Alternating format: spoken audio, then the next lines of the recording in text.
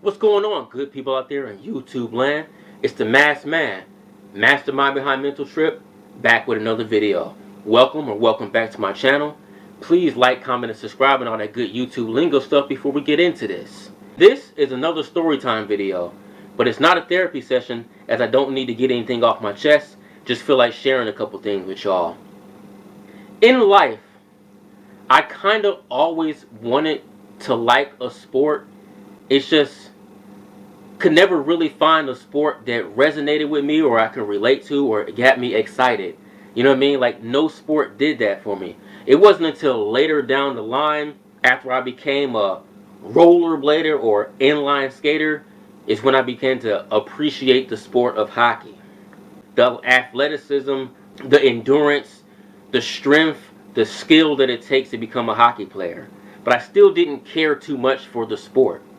In 2012, I was without job, very bored, and whenever my house was empty, I would watch the Hockey Channel, or what was called the NHL Network.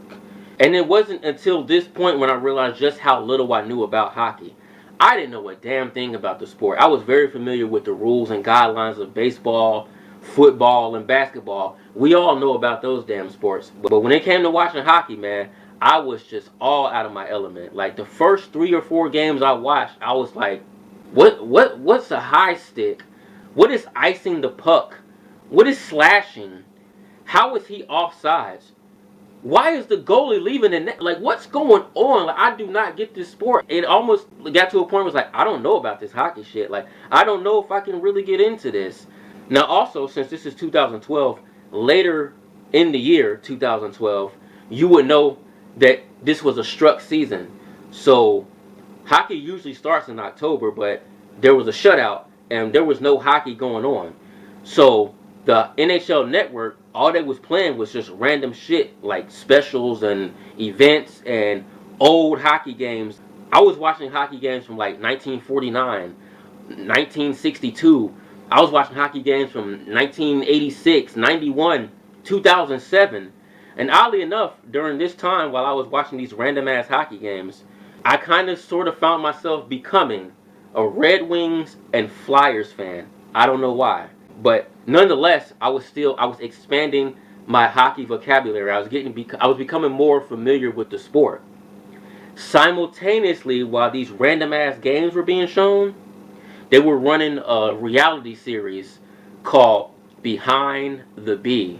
Behind the B was solely and exclusively based on the Boston Bruins. I was watching this show and I was like, this is actually not a bad show. Like, it was everything Bruins related. They're traveling, they're training, their actual games. Some of the players were profiled off the ice. Like, it was everything Boston Bruins, and it was unbiased. If they played a crap game, and the narrator said it. If they did good, the narrator would say it. But like, it was just real reality, straight up hockey. But 2 things I noticed was they dressed in black, and even more importantly, how aggressive they played. They were damn near douchebags on the ice. And like, I loved it. Also, I loved the lineup. Like, they had a really solid team. They always kind of had a solid team throughout the years. So I was like, maybe, just maybe, I'll keep an eye on this team when the actual season starts. 2013. 2013, the lockup was out. They started their hockey season, and it was a condensed season. And I think, right off the cuff, I need to say this. I don't think hockey doesn't get any credit at all, but like, this 2013 season showed just how athletic hockey players are, because these guys play like 80 plus games in a matter of like 5 months. And they was playing back to back nights. Sometimes they get a day in between. Like, it was just straight hockey. And this is also the time where the Blackhawks won 13 games straight, and everybody became a Blackhawks fan for a week. But me, I'm rolling with the Bruins because of said show. And as fate would have it, the Bruins this season made it to the Stanley Cup Finals against who? The Blackhawks. They lost, unfortunately, but it's like, I chose the right team. What are the freaking odds that I would choose the right team before the season even start? As a brand new hockey fan. It was almost like a match made in heaven. I was destined to become a Boston Bruins fan. I say that to say this. 2013 they lost. 6 years later they go back to the Stanley Cup Finals in 2019 and they lost against the Blues. And this was a really personal, just heartbreaking lose to watch. I hated the Blues for like almost 3 years straight after this loss. I hated anything Blues. I didn't want to hear their names. I didn't want to see their jerseys. I hated the St. Louis Blues for beating the Boston Bruins in 2019. Which brings us to this shirt. This is a 2011 Stanley Cup Finals shirt featuring the Bruins and the Vancouver Canucks.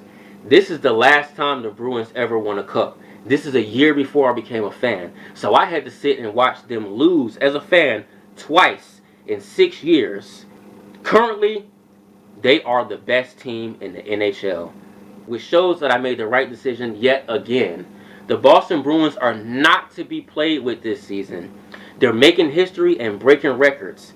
The thing that sucks about that is because although I congratulate them and I'm a die-hard fan, every win makes me nervous because it's almost leading up to what could be the most anticlimactic season cap ever. They could either lose in the playoffs or they can make it to the final and lose there.